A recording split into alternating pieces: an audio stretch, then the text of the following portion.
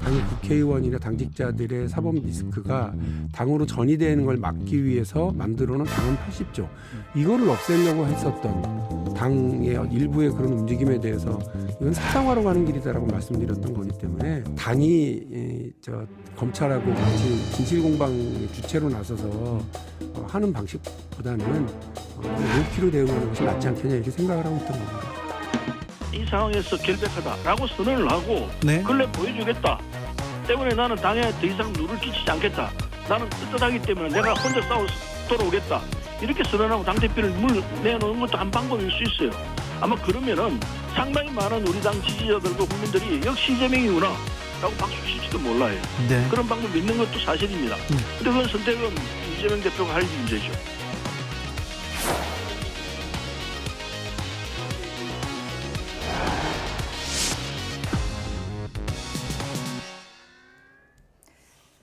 네, 싸우고 돌아오라 서른 의원 이렇게 주장을 했습니다. 그러니까 일단 지금은 퇴진하라는 거죠? 그런 얘기인데 예. 저 얘기가 나가라는 얘기로 들리느네요. 예. 저는 개인적으로 예. 그렇습니다. 그래서 저런 얘기를 하시는 건 저는 타당하지 않다고 봐요. 어쨌든 민주당의 국회의원이시잖아요. 뭐 싫어할 수 있고 좋아하지 않을 수 있고 본인의 의견이 있고 뭐 본인의 의견을 표현하는 것도 저는 뭐 자유니까 하실 수 있다고 보지만 예. 저렇게 자꾸 민주당 내에서의 단일 대우를 흔드는 그런 표현들은요. 민주당 전체에 전혀 도움이 안 됩니다. 그리고 지금 검찰의 수사를 보면 대체적으로 민주당 의원들을 향해 수사가 계속 확산되고 있는 상황이에요.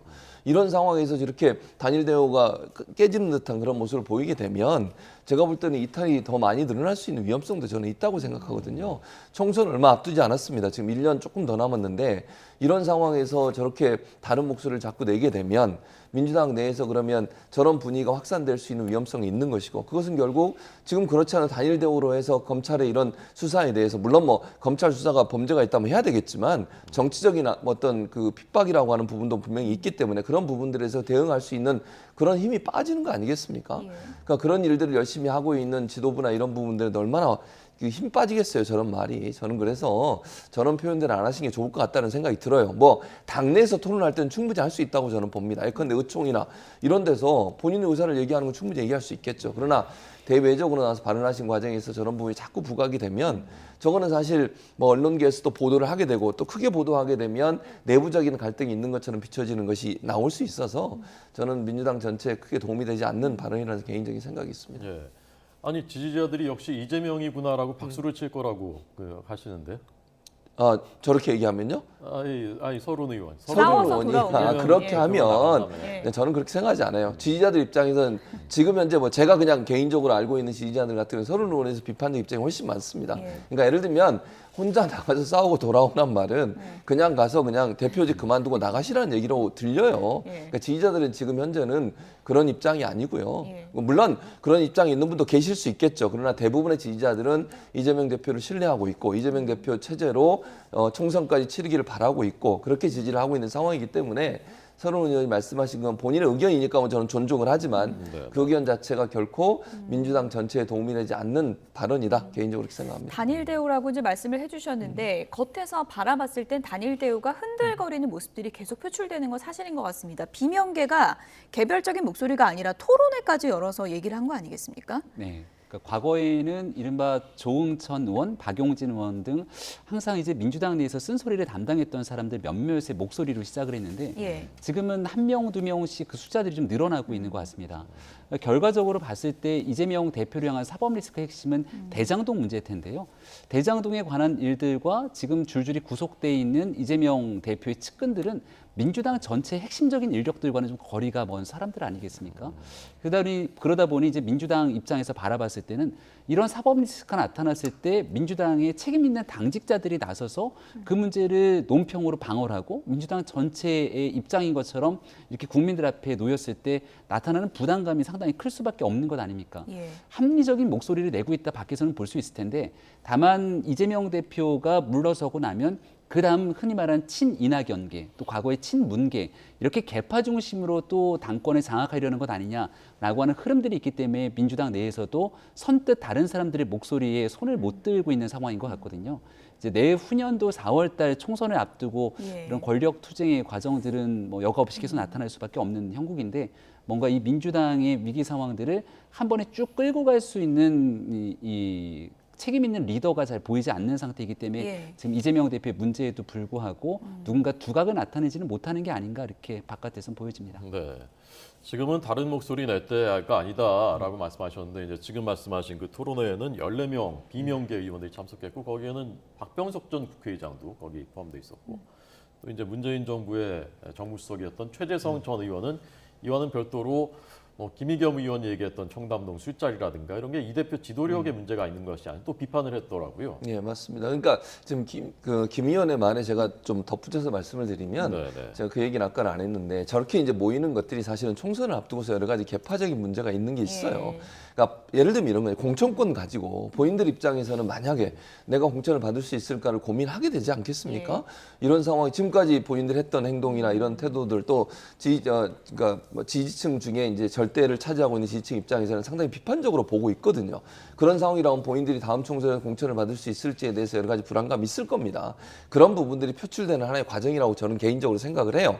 이제 그런 부분이 근데 저는 공천이라고 하는 건 시스템적으로 이루어져야 한다고 하고 어느 개파에 의해서 이루어지면 안 된다고 저는 개인적으로 생각을 하기 때문에 그렇게 되지 않을 거라고 저는 생각을 하고 있고요. 그래서 말씀하신 것처럼 숫자가 뭐 몇 분이 되시고 이런 부분은 결국 본인들의 정치적인 어떤 미래 이런 부분과 연관돼 있다고 저는 생각을 합니다. 그래서 소위 이제 뭐 그 이낙연 계로 분류되고 지난 대선 과정에서 이낙연 전 후보를 지지했던 분들 또 함께했던 분들이 모여서 대체로 얘기하시는 경향이 좀 많고요. 아니면 박용진 후보야 뭐 본인이 직접 뛰셨으니까 그러니까 이재명 지금의 현 대표와 반대 입장에 있었던 분들이 대체로 모여서 그런 말씀을 하시는 건데 그러다 보니까 이제 개파가 갈라지는 거 아니냐 이런 이제 우려가 있는 거예요. 근데 그건 저는 공천에 대한 우려가 이런 부분으로 표출되는 것 자체가 저는 개인적으로 문제라고 생각해요. 공천의 시스템 자체를 제대로 잘 만들고 공정하게 할 수 있도록 하는 방안에 대해서 논의하는 건 오케이지만 그게 아니라 본인의 정치적 미래들 때문에 개파를 나누고 개파 등의 어떤 싸움을 통해서 뭔가 지분을 끌어내려고 하는 물론 저분들이 그렇게 하는지는 제가 단정적으로 말씀드릴 수는 없지만 예. 그렇게 보일 수 있는 우려는 있다는 거죠. 그런 부분에 대해서 그런 우려가 생기지 않도록 좀 그런 부분들이 표출되는 것을 좀 삼가하는 게 좋지 않을까 생각입니다. 비명계 토론회에서 김영배 의원이 연말을 앞두고 뭔가 큰 판이 벌어질 것 같다. 우리가 연말쯤에는 결단을 해야 될 수도 있다. 이런 얘기를 했다고 합니다. 의미심장하게 들리는데 어떤 구체적인 행동을 얘기하는 걸까요? 지금은 몇몇 사람들이 모여서 서른 의원도 굉장히 점잖게 얘기를 하지 않습니까? 예. 이런 모습들이 이재명 대표에게 도움이 되지 않겠는가라고 얘기를 하지만 어느 순간 검찰의 수사 상황에서 이재명 대표를 향한 수사가 조금 더 본격화되거나 혹은 이재명 대표를 향해서 강제 수사가 들어가게 되는 순간이 오게 된다면 그런 어느 타이밍과 고리를 삼아서 이 정치적 공세의 수위가 훨씬 더 높아질 수밖에 없지 않는가 이런 생각이 들기도 합니다. 근데 민주당 내에서 이 내용들이 쉽게 봉합되기 어려운 이유 중에 하나가 지금 모여져 있는 사람들이 거의 대다수가 친문계의 인사들처럼 보이는데요. 지난 5년 문재인 정부에서 책임 있는 역할을 했던 사람들입니다. 근데 왜 이재명 대표가 후보로서 탄생했는지를 고민해 보게 되면 5년밖에 되지 않는 전 정권에서 정권 교체 여론이 과반을 넘게 되니까 이 정부로 더 이상 연장해서 대통령 선거 어렵다. 그러니까 문재인 정부와 결이 좀 다르지만 거기에 개혁적인 성향을 갖고 있는 이재명 대표가 후보로 나와서 선거를 해볼 만하지 않겠냐고 나오게 된 거거든요. 근데 이재명 대표의 사법 리스크로 무너지게 되면 다시 돌아가게 되는 건 전 문재인 정부 사람들로 돌아가게 되는 겁니다.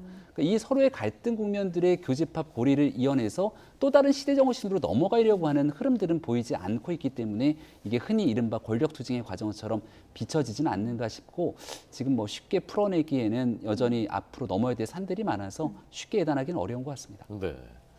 이낙연 전 대표가 워싱턴에 있는 것으로 알려져 있고 다른 지역에서 목격됐다는 목격담도 있었다고 하는데 지금 이낙연 전 대표는 어떤 생각하고 있을 것 같습니까? 뭐 여러 가지 생각을 하시겠죠. 근데 본인은 뭐 당장 내년에 들어올 생각은 없다라고 밝힌 걸로 알고 있습니다. 저는 개인적으로. 그러나 이제 상황이 어떻게 되느냐에 영향을 받을 거라고 봐요. 지금 이제 이런 움직임도 결국은 연계가 돼 있다고 저는 보거든요. 그래서 이제 연말 지나고 어떤 형식으로 정치계가 이제 바뀌느냐, 특히 민주당 내부 이런 목소리. 근데 사실은 저런 모임들도 이낙연 대표 전 대표를 빠른 시간 안에 입국하려는 의도가 있지 않나는 그런 이제 의혹이 생기는 부분이죠, 사실은. 그러니까 그런 모임들이 활성화되고 내부적으로 갈등이 있는 것처럼 비춰지고 이래서 목소리가 커지게 되면 누군가 중심을 잡을 수 있는 지도력이 필요한 상황이 되거든요. 예. 그런 타이밍이 결국 이낙연 전 대표가 들어올 수 있는 타이밍이 된다고 봐요. 근데 예. 지금은 섣불리 나섰다가는 비판이 더 커질 수밖에 없거든요. 사당화 논란이 될 수밖에 없고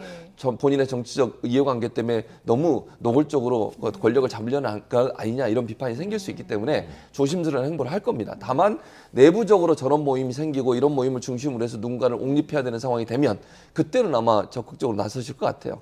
그래서 지금 상황에서는 시점이 언제라고 얘기할 수 없을 것 같고요. 이낙연 대표도 아마 국내에서 민주당 내 이런 여러 가지 뭐 세력화랄까요? 아니면 모임이랄까요? 이런 부분들을 잘 보면서 본인이 입국할 시점을 찾지 않을까 개인적으로 그렇게 생각합니다.